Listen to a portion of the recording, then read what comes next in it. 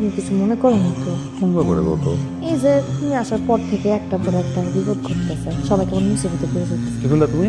আমি মুসিবত লয়েছি তো বাচ্চা, আমি একটা মুসিবত, আমি কুফা, আমি অপয়া। না না না, কি করতেছো, রাগ করতেছো কেন?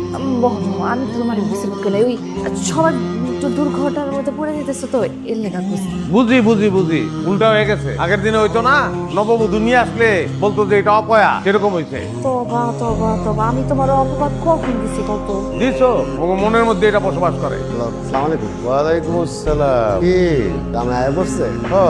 আপনি কি শুরু হয়ে গেছে? কি শুরু হইব? এখনো টের পান নাই? কি টের পাবো? বিপদ এখনো বাড়িতে শুরু হয় নাই। মিস্টার মুসিবত রে জামাই বানাইছে। শুনেন চাচা, জামাই আমগা এলাকায় মিস্টার মুসিবত নামে পড়েছিল।